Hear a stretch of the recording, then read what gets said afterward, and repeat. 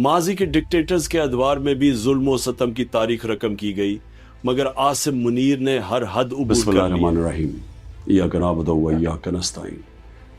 मेरे पाकिस्तानियों, माजी के डिक्टेटर्स के अदवार में भी जुल्म व सतम की तारीख रकम की गई, मगर आसिम मुनीर ने हर हद उबूर कर ली है।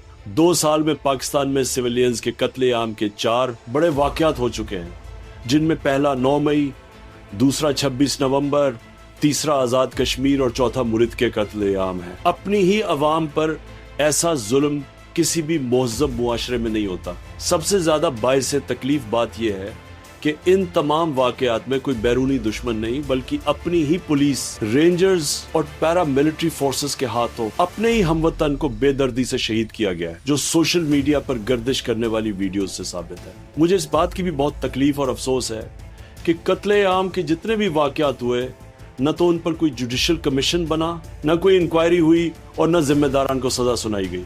मैं चाहता हूं कि मुरीद के कत्ले आम पर जुडिशल कमीशन बनाकर आज़ादाना तहकीकात कराई जाए और जिम्मेदारान को करार वाकई सज़ा दी जाए, क्योंकि कत्ले आम के इन वाक़यात में तादाद के हवाले से शदीद अभाम पाया जाता है।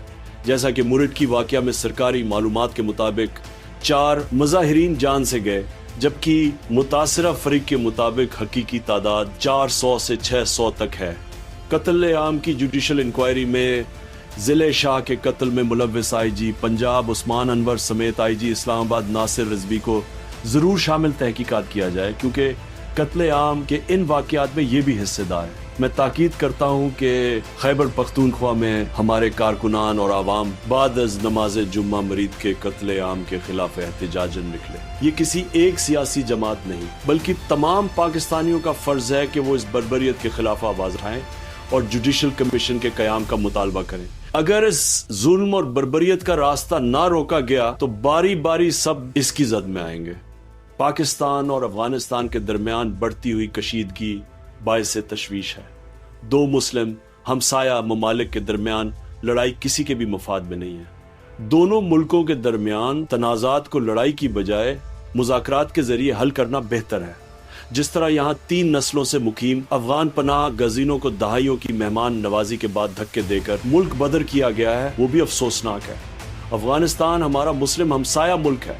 दहशत गर्दी से मुताल्लिक मामलात बातचीत से हल किए जाए। तारीख से साबित है कि डिक्टेटर्स कभी भी अमन नहीं ला सकते, क्योंकि मिलिट्री डिक्टेटर्स को मिलिट्री सोल्यूशन के अलावा कोई हल नजर नहीं आता। याह्या खान समेत तमाम डिक्टेटर्स की मिसालें हमारे सामने हैं।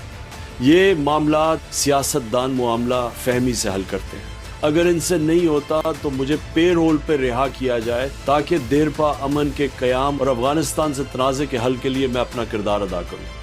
मुल्क की हालात से मायूस होकर पहले ही 30 लाख पाकिस्तानी मुल्क छोड़कर जा चुके हैं। मुल्क से 23 मल्टीनेशनल कंपनियों का इनखला जारी है। बैरूनी सरमायाकारी आना तो दूर की बात, मुल्क के अंदर से भी सरमाया तेजी से बाहर जा रहा है। जब तक मुल्क में अमन नहीं होगा, सियासी इस्तेहकाम नहीं आ सकता, और सियासी इस्तेहकाम की अदम मौजूदगी में माशी इस्तेहकाम मुमकिन नहीं। मुल्क में ला कानूनियत का ये आलम है कि हम अपने मुल्क में रहते हुए भी गैर महफूज हैं। किसी को ये नहीं मालूम कि कौन कब सड़क पर मारा जाए या उठा लिया जाए। आज़ादी इजहार पर शदीद कदगन है, मीडिया को बोलने की आज़ादी नहीं। जिस तरह अलीमा खान पर बेजा मुकदमा बनाया गया, ऐसा किसी के भी साथ हो सकता है। पाकिस्तान जिंदाबाद।